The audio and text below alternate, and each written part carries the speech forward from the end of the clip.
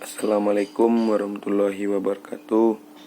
Perkenalkan, nama saya Rifan Ramadan, NIM 2087128. Baiklah, saya akan menjelaskan tentang tugas pengantar belajar motorik, yaitu satu fase belajar. Menurut Fitz dan Posner yang menyatakan bahwa belajar keterampilan motorik berlangsung melalui beberapa fase, itu pertama fase kognitif, fase fiksasi, dan fase otomitasi. 1. Fase kognitif. Fase ini merupakan fase awal belajar motorik. Pada tahap ini seringkali terjadi kejutan berupa peningkatan yang besar bila dibandingkan dengan kemajuan fase berikutnya. Pada tahap ini, siswa harus memahami apa yang diperlukan oleh keterampilan atau tugas tersebut. Siswa harus memformulasikan rencana pelaksanaan, dan apabila telah memperoleh konsep-konsep verbal yang cukup, maka dia akan dapat merencana keterampilan tersebut sampai pada taraf tertentu pada fase ini. 2. Fase asosiasi. Pada tahap ini disebut sebagai tahap latihan, yang merupakan rangkaian dari tahap rencana pelaksanaan.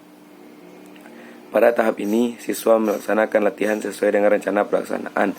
Gerakan siswa makin terpola dan mereka mulai menyadari kaitan antara motorik yang dilakukan dengan hasil yang dicapai.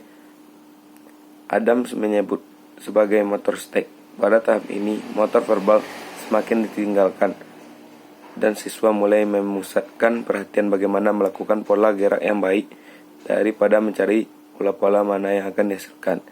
3. Fase otomatisasi. Tahap ini merupakan tahap akhir, bahwa pada pelaksanaan otomatis maka belajar keterampilan makin ringan dalam penyelesaian suatu tugas atau keterampilan, dan ini berarti makin menurun stres yang dialami oleh siswa. Yang menarik adalah pelaksanaan tugas gerak yang dilaksanakan tidak terganggu oleh kegiatan lain yang terjadi secara simultan, dan siswa tidak terlalu banyak menumpahkan perhatian pada tugas gerak yang sedang dilaksanakan. Keuntungan dari otomatasi gerakan ini, siswa dapat memproses informasi penting yang lainnya yang dapat menunjang tugas gerak seperti taktik bermain yang harus digunakan. 2. Ciri-ciri umum dan khusus kemampuan fase belajar motorik level 1. 1. Ciri-ciri umum fase belajar. Penguasaan kemampuan motorik dalam bentuk kasar. Seseorang yang berada pada fase ini hanya mampu melaksanakan gerakan-gerakan yang dituntut bila situasi dan kondisi mendukung. 2. Ciri-ciri khusus kemampuan fase belajar. Pertama, struktur dasar gerakan diperlihatkan dalam bentuk yang kasar. Kedua, irama gerakan. Kesalahan dalam irama gerakan disebabkan oleh individu yang belajar belum memiliki pengalaman dan simpanan, belum dapat mengatur dan mengimpulskan tenaga sesuai dengan kebutuhan otot-otot yang bekerja. 3. Hubungan gerakan.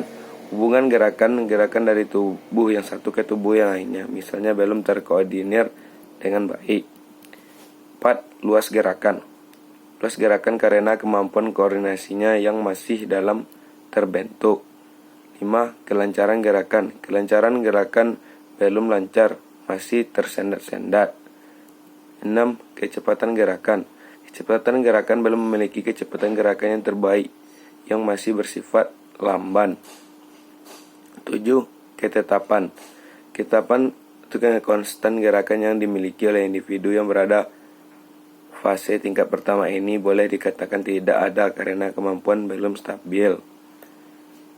8. Bayangan gerakan. Bayangan gerakan yang dihasil dibangun oleh individu pada fase ini kurang lengkap. 9. Program gerakan. Program gerakan ini membawa komponen gerakan yang bersifat umum atau yang penting-penting saja. 3. Struktur dasar gerakan dan implikasi dalam proses pembelajaran. Teori kognitif dalam pembelajaran. Terdapat banyak pandangan tentang belajar sehingga muncul berbagai teori belajar. Antara teori yang satu dengan teori yang lainnya berbeda-beda dalam mendefinisikan belajar. Teori belajar hadir dan muncul pada dasarnya disebabkan oleh para ahli psikologi belum puas dengan penjelasan teori-teori yang terdahulu tentang belajar. Di antara teori belajar yang sangat terkenal adalah teori behavior dan teori kognitif. Belajar menurut teori behavior adalah perubahan tingkah laku sebagai akibat dari interaksi individu dengan lingkungannya. Interaksi tersebut merupakan hasil dari conditioning melalui stimulus respon. Seseorang dikatakan telah belajar apabila menunjukkan perubahan tingkah laku dan stimulus yang diterimanya. Sekian dari saya. Assalamualaikum warahmatullahi wabarakatuh.